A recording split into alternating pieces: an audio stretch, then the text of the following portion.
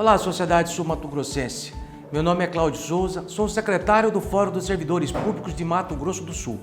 Estou aqui para apresentar o Conexão Pública MS, programa do Fórum que tem por finalidade levar até você as informações relevantes ao serviço público estadual.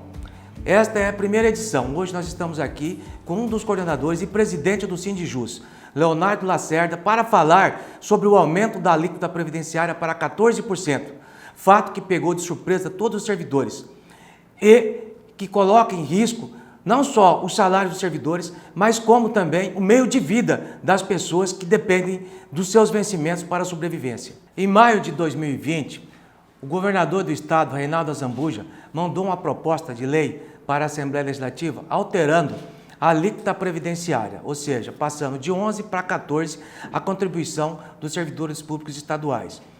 Agora, em janeiro de 2021, passou a valer esse novo valor e foi lançado esse desconto nos olerites dos servidores. Em maio do ano passado, infelizmente, os servidores do movimento sindical não pôde protestar fisicamente.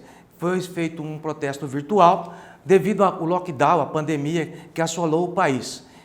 Essa votação virtual aprovou essa proposta do governador, tornou em lei e agora, esse ano de 2021, nós continuamos vivendo a pandemia, a dificuldade econômica e os servidores estão pagando o preço muito alto nessa questão desse aumento, porque estão há 6 anos sem reajuste salarial e, infelizmente, o governo do estado não teve a sensibilidade. Leonardo, seja bem-vindo, prazer em tê-lo aqui. É importante a sua explicação, você como um dos coordenadores do fórum, para que o servidor público entenda e também a sociedade a real situação que nós estamos vivendo sobre esse tema. Então, é importante a gente evidenciar alguns detalhes. O primeiro, justamente que essa cobrança atual, que foi em janeiro nos pagamentos de fevereiro, advém da reforma da Previdência Estadual promovida em maio.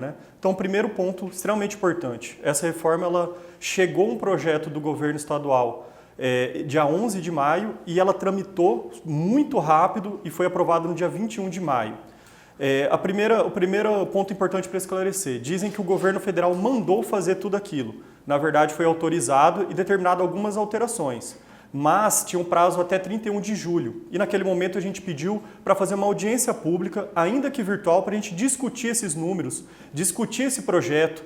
Talvez não precisasse aumentar para 14% em todos os salários, talvez não precisasse aumentar a base de cálculo dos aposentados, que a gente quer frisar que é uma opção do governo, não é uma obrigação. A Constituição Federal ela autorizou, disse que os governos poderão cobrar acima de um salário mínimo, não deverão, não era uma obrigação.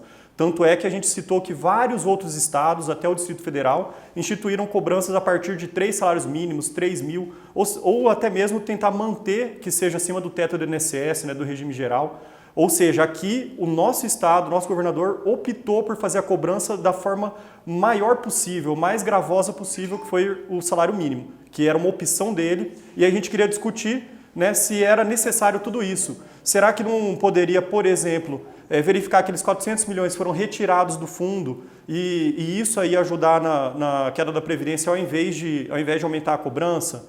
E se aumentasse a alíquota patronal, ou seja, não tirar mais do bolso do servidor, e tirar indiretamente ali dos órgãos, do próprio patrão, do próprio governo.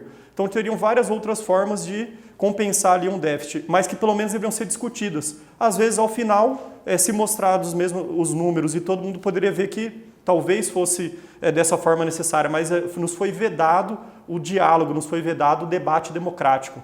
E, por fim, é só lembrar que a cobrança foi arrastada, foi jogada agora que sentimos a cobrança. E se ela só começou a ser cobrada agora, significa que o maior pretexto para a rapidez da tramitação não existia, porque falavam que se não fosse aprovado muito rápido, em maio, sem debate, no outro mês iria atrasar as aposentadorias, as remunerações.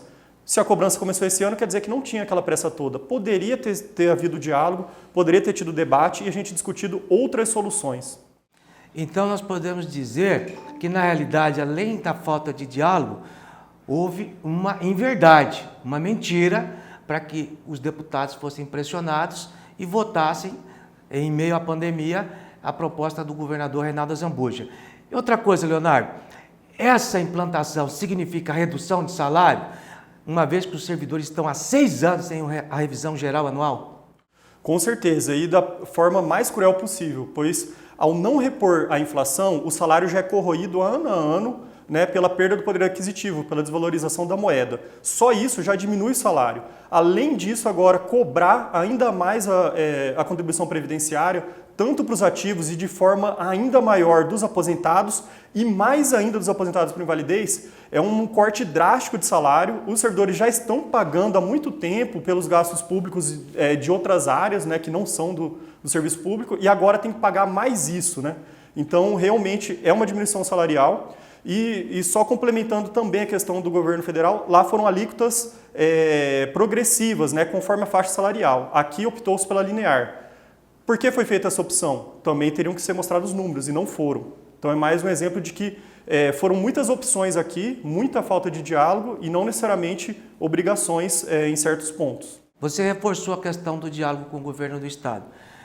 Em algum momento o movimento sindical foi procurado e quando procurou o governador, houve a abertura de um espaço para que se negociasse a implantação dessas alíquotas de forma gradativa e principalmente em relação aos aposentados, que houvesse um outro caminho para que eles não fossem então prejudicados? A todo momento as entidades sindicais, o Fórum dos Servidores buscam o diálogo.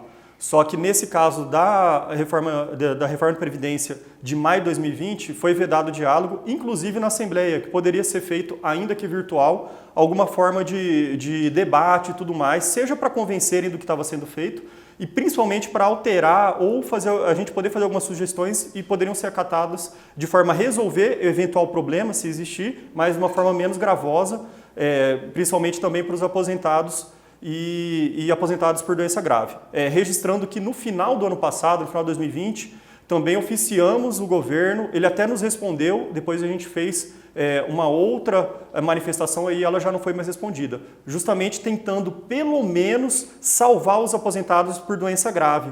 Porque, por incrível que pareça, os que eram tratados, pagavam menos previdência por causa da doença grave, passaram a ser tratados como um aposentado comum e, por isso, tiveram um prejuízo ainda maior do que o dos demais aposentados. Esse aumento de 14% pode deixar servidores sem salários, tendo em vista a questão dos consignados?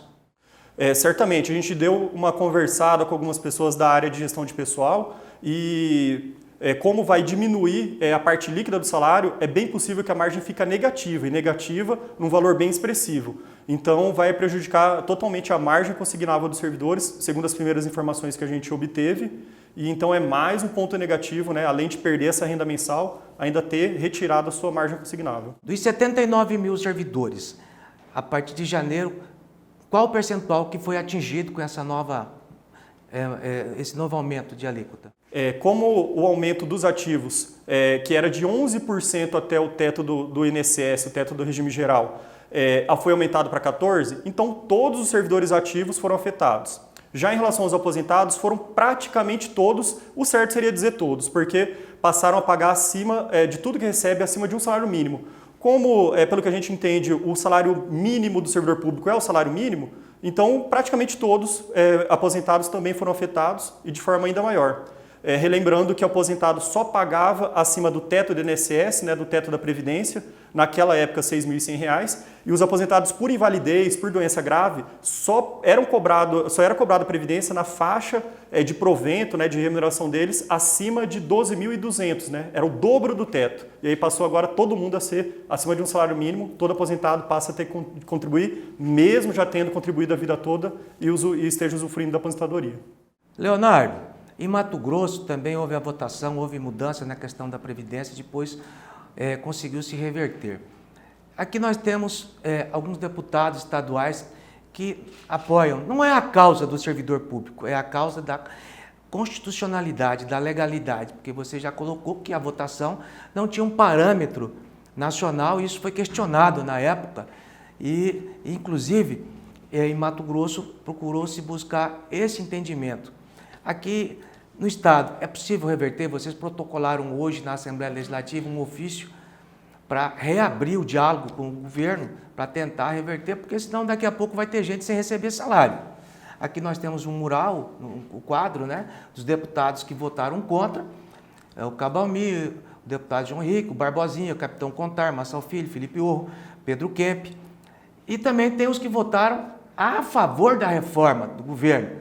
Finado Onivan de Matos, Londres Machado, Reinaldo Modesto, Neno Razuc, Lídio Lopes, Evander Vedramini, Zé Teixeira, Lucas de Lima, Gerson Claro, Herculano Borges, Jamilson Nami, Eduardo Rocha, Antônio Vaz, Renato Câmara, Coronel Davi, que não deveria ter votado, né? Deveria ser servidor público, Márcio Fernandes.